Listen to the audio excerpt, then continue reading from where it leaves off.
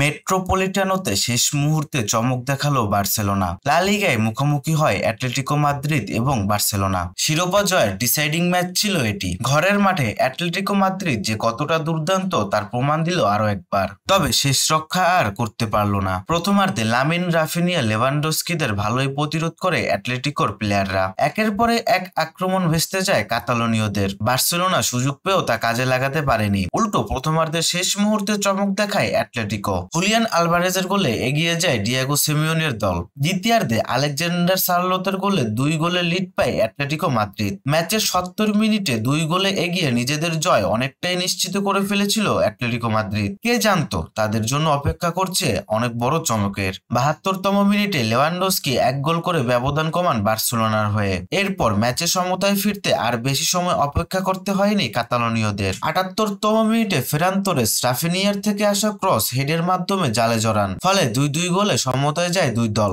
এরপর শেষ মুহূর্তে ম্যাচে যোগ করা অতিরিক্ত সময় লামিন ইয়ামাল দুর্দান্ত 1 গোল করে এগিয়ে নিয়ে যান বার্সেলোনাকে। এখানেই শেষ নয়, ম্যাচের একেবারে শেষ মুহূর্তের আগে দলের চতুর্থ এবং ব্যক্তিগত দ্বিতীয় গোলটি করেন ফেরান তোরেস। 71তম মিনিট পর্যন্ত 2 গোলে পিছিয়ে থেকেও 4-2 গোলের ব্যবধানে জয় নিয়ে মাঠ ছাড়ে বার্সেলোনা। এই জয় রিয়াল মাদ্রিদের থেকে এক ম্যাচ কম খেলেও টেবিলের শীর্ষে উঠে এসেছে বার্সেলোনা। আর এইরকম হারে শিরোপা জয় নিয়ে অনেকটা শঙ্কায় আছে অ্যাটলেটিকো মাদ্রিদ।